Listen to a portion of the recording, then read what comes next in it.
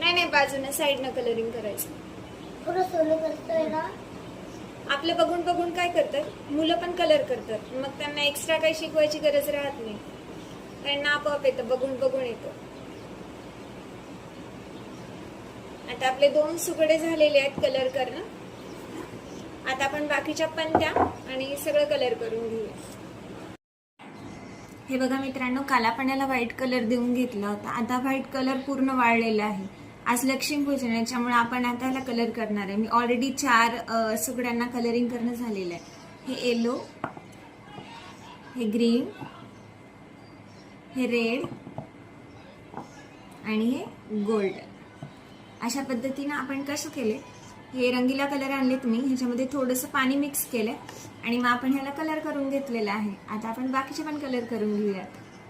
दाखवते मी तुम्हाला. बघा, आपण कलरचं करून घेतलेलं आहे. एक येल्लो आहे, एक ब्ल्यू आहे, एक ग्रीन आहे. ह्याला प्रत्येकाला ना काच लावलेत आणि लेस चिटकवलेली आहे. बघा किती सुंदर दिसतात.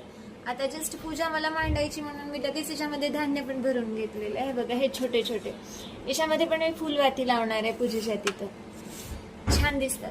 आणि हे छोटे छोटे पणत्या, साध्या पणत्या होत्या पण ह्याला कलर करून घेतलेले आहे. काही ब्लू केलेले आहेत, काही ग्रीन केलेले आहेत.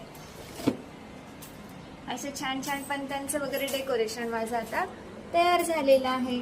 असेच नवीन नवीन व्हिडिओ बघण्यासाठी चॅनलला सबस्क्राईब करा, लाईक करा आणि शेअर करा.